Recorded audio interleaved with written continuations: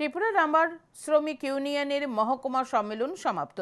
শনিবার সংগঠনের তৃতীয় সম্মেলন হয় বিশ্রামগঞ্জ মোটর স্ট্যান্ড সংলগ্ন সিপিআইএম অফিসে।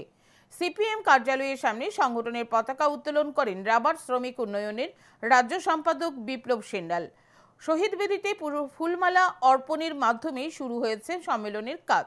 জম্পুই জেলায় 2024-25 সালে রাবার শ্রমিক ইউনিয়নের সভ্যপদ সংগ্রহ হয়েছে 309 জনের। তাদের মধ্যে রয়েছে 60 জন প্রতিনিধিকে নিয়ে হয় সম্মেলন। সম্মেলনে বিস্তৃতভাবে আলোচনা করে আগামী দিনের দিশা ঠিক করা হয় বলে জানান নেতৃত্ব। গৃহীত হয় কর্মসূচি। সম্মেলনে বিপ্লব সেন্ডাল ছাড়াও উপস্থিত ছিলেন সংগঠনের রাজ্য কমিটির সহ সম্পাদক জীবন চক্রবর্তী, সিআইটিইউ রাজ্য নেতৃত্ব রবি দেববর্মা, সুনীল দেববর্মা, রঞ্জন দেববর্মা, প্রদীপ দাস, বৃন্দা দেববর্মা সহ অন্যান্যরা।